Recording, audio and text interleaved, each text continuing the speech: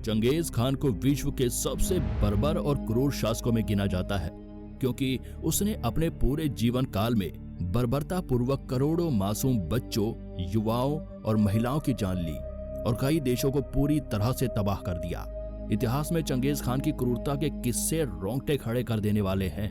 उसकी बेपनाह बर्बरता को देखकर लोग खौफ में जीने लगे थे और जिन राज्यों पर भी चंगेज खान हमला करता था, उन राज्यों की महिलाएं उसके डर से आत्महत्या करने के लिए भी तैयार हो जाती थी, क्योंकि अपने युद्ध अभियान के दौरान चंगेज खान ने अपनी सेना के साथ मिलकर अलग अलग राज्यों की लाखों महिलाओं के साथ दुष्कर्म किए और उन्हें बेरहमी से मार दिया।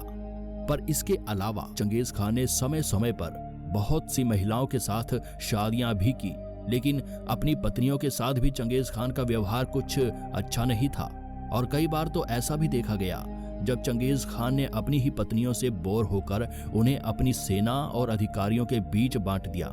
सुनने में काफी हैरान कर देता है, पर यह सच है। आज से करीब 900 साल पहले 1162 एडी में मंगोल के पहाड़ी इलाके खेंती में एक लड़के का जन्म हुआ, जिसके बचपन में ही उसके पिता की जहर देकर हत्या कर दी गई। उस समय किसी ने सोचा भी नहीं होगा कि यह साधारण सा दिखने वाला लड़का एक दिन दुनिया का सबसे बड़ा मंगोल साम्राज्य बनाएगा,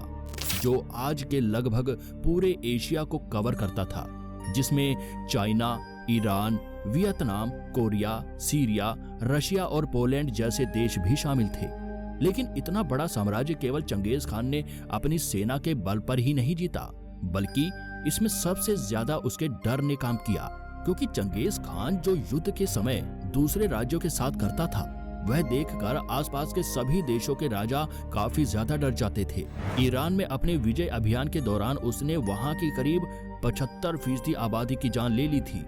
उसने लाशों और तबाही का ऐसा मंजर खड़ा किया था जिसकी शायद कोई कल्पना भी नहीं कर सकता। चंगेज खान ने निर्दयता पूर्ण उज्बेकिस्तान के सबसे बड़े शहर बुखारा और समरकंद को जला दिया था, और इस घटना में हजारों लोग जिंदा ही जलकर राख में मिल गए थे। इसीलिए ज्यादातर समय तो जब चंगेज खान किसी देश से मुगल साम्राज्य में विलय होने की बात करता था, तो उस राज्य के राजा उस बात को मान जाते थे, क्योंकि चंगेज खान केवल लोगों को मारता नहीं था, बल्कि काफी बेरहमी से दर्द देकर मारता था, और उनकी महिलाओं के साथ काफी बुरा बर्ताव होता था, और उन्हें भी बाद में क्रूरता से मार दिया जाता था। चंगेज खान की थी कई पत्नियां। शुरुआती मंगोलिया कबीलों में होने वाली शादियों का मकसद केवल एक दूसरे के बीच दुश्मनी को खत्म करना और रिश्तों को मजबूत करना होता था, ताकि व्यापार में मदद मिले। इसीलिए दोनों कबीलों के सरदार आपस में ही अपने बेटे बेटियों की शादी कराते थे। इन शादियों में कबीले की सबसे खूबसूरत महिलाओं को भी राजा को उपहार के रूप में दिया जाता था।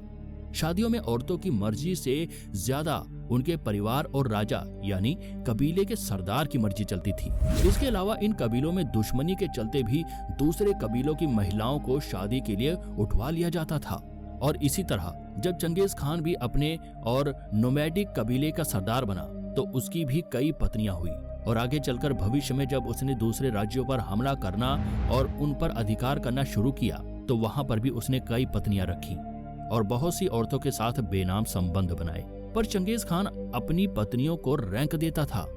जिसके आधार पर चंगेज खान यह हिसाब करता था कि राज्य के फैसलों में उसकी किस पत्नी को कितनी अहमियत देनी चाहिए। यह सभी चीजें चंगेज खान उन औरतों की खूबसूरती को देखकर डिसाइड करता था। चंगेज खान की नजरों में सुंदरता का मतलब बड़े लंबे बाल, सुंदर गोल चेहरा और खूबसूरत लाल होंठ होते थे। और अगर कोई उपहार में मिली औरत उसकी सुंदरता के पैमाने पर खरी नहीं उतरती थी, तो वह उसे अपने सैनिकों और अधिकारियों के लिए छोड़ देता था। चंगेज खान की सबसे पहली शादी 17 साल की उम्र में बोरता नाम की लड़की से हुई थी। बोरता को फर का कोट बतौर दहेज दिया गया। शादी के चंद दिन बाद विरोधी कबीले ने चंगेज खान के कबीले पर हमला करके उसकी पत्नी को अगवा कर लिया था, क्योंकि वह चंगेज खान के परिवार से बदला लेना चाहते थे, क्योंकि चंगेज खान की मां उस विरोधी कबीले से संबंध रखती थी जिसे चंगेज खान के पिता ने दूसरे कबीले में जाकर अगवा करके अपनी बीवी बनाया था। इसीलिए उस विरोधी कबीले का राजा भी यही चाहता था कि वह चंगेज खान की पत्नी को अगवा करके अपनी पत्नी बनाए, ताकि चंगेज खान को भी वही दर्द पहुंचे जो उसके पिता ने उसे दिया था। चंगेज खान अपनी पत्नी से काफी प्यार करता था और इसीलिए उसने लंबे समय तक जंगलों में अपनी पत्नी की खोज की और उस दूसरे कबीले से लड़ने के लिए एक बड़ी सेना तैयार की। इसी तरह करीब 1 साल तक जंगलों में खोज के बाद चंगेज खान अपनी पत्नी को दूसरे कबीले से छुड़ाने में कामयाब हुआ, जिसके बाद उसने उस दूसरे कबीले में मौजूद हर एक इंसान की बेरहमी से जान ले ली। और कई इतिहासकारों की माने तो इसी घटना से चंगेज खान को अपनी ताकत का भी अंदाजा हो गया था, जिसके बाद उसने इसी तरह के कई कबीलों पर हमले किए और एक बड़ी सेना बनाई और धीरे धीरे करके राज्य और फिर देशों पर हमला करना शुरू कर दिया और अपनी क्रूरता और बेरहमी के चलते लगातार जीता गया।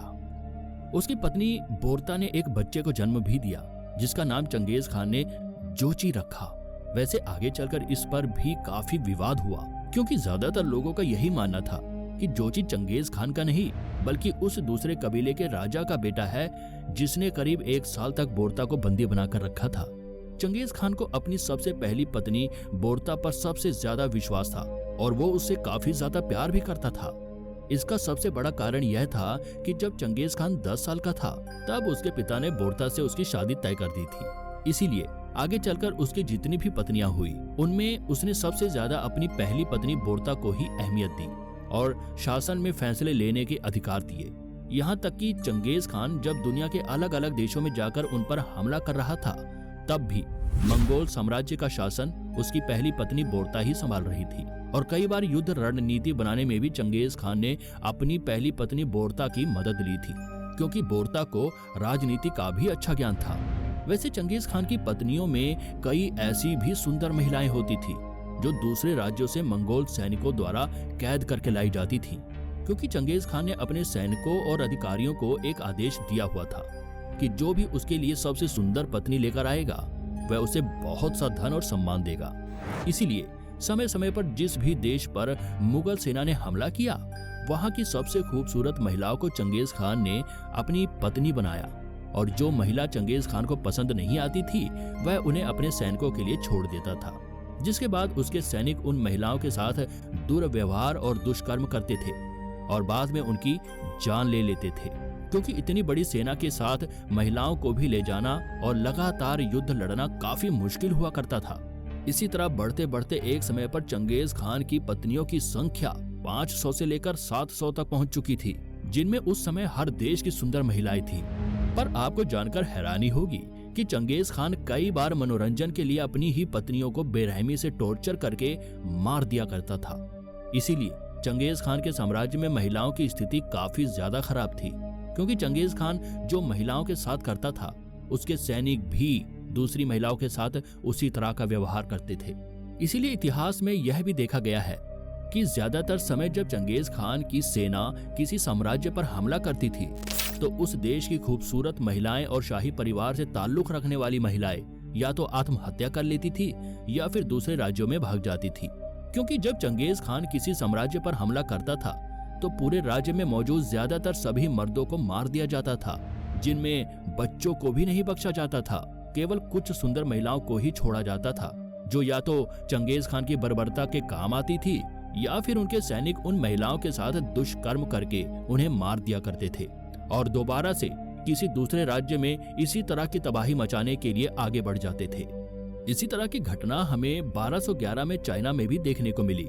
जब चंगेज खान ने चाइना की उस समय की राजधानी की लगभग पूरी आबादी को ही खत्म कर दिया था, जिसमें लोगों की लाशों और हड्डियों के पहाड़ बन गए थे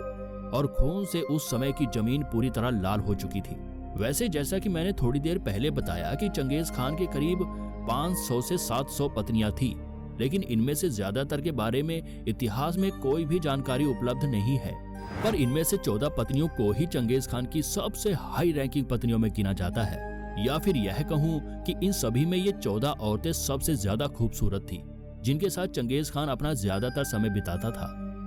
इतिहास में कई ऐसी घटनाओं का जिक्र भी है जब चंगेज खान ने अपनी ही पत्नियों से बोर होकर उन्हें अधिकारियों या फिर सैनिकों को दे दिया था। ऐसा ही कुछ चंगेज खान ने अपनी ही पत्नी बेकी के साथ किया,